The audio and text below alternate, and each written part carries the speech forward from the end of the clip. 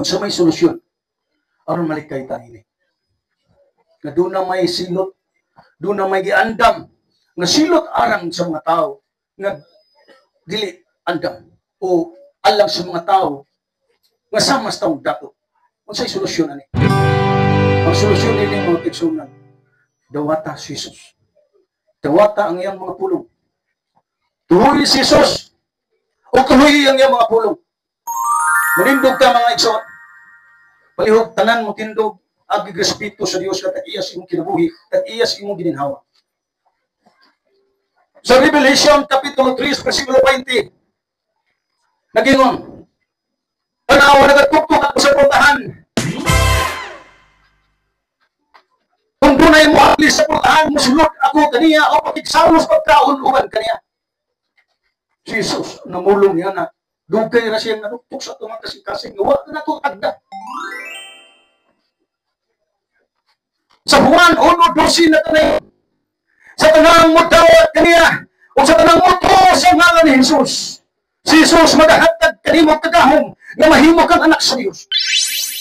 Mga niining tagnaan, mga pitsunan ni kagabiyon, ayaw palapya. Sa ako nang ikaingon, nining ato karon pa nagtikom. Ato sa haya ni Sister Tilma Pino. Uban ka na to ang Ginoo. Nining karon kagabiyon, ako kang agdahon, na imong dawaton karon si Jesus. Himuon ni mo tinuod na magsukit.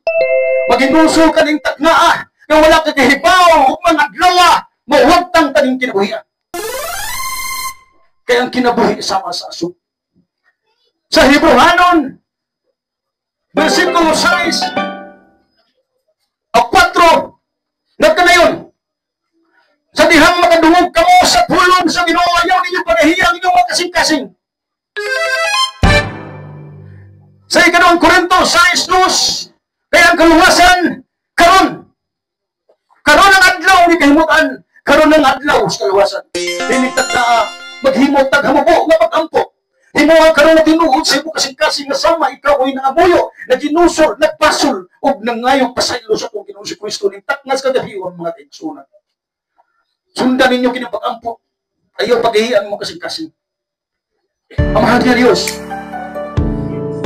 muduol ako kanimo. Nining akong pangitaron. Ngayon ako sa edad, natigong-tigong na. Ikinahanglan ka na ako, Ginoo. Pasaylo ako. Sa ako ang nahimo. Sa akong pagpagkasala. Sukat sa akong pagkahimugso. Hangtod ni orasa. Kinong Isus, ako nagatuo. Nga niya ka ni kagahiyon. Mga ikong pasaylo. Nining orasa. Sa tinudanay kayo. O karon, ako kang imbitaron. Musulog ka. Sa abli kong kasing-kasing. Ikaw na yung maghari. Ikaw na yung magbuot.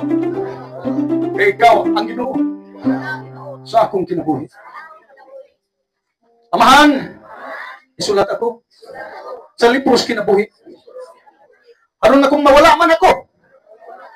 Nining yuta. Ako sigurado nga makaanha sa lugar nga imong giandam alam sa mga taong matarong. Daghang salamat o Dios. Salamat Ginoong Hesus. Holy Spirit, gamhan mo ako sa adlaw-adlaw kinabuhi. Sa pangalan ni Jesus, amen. Panglingkod na mo. Langit ng amahan, o Diyos, mapasalamaton kanito ko sa mga mensahe na nadungog sa mga kaigsunan na mo diris barangay Ibo.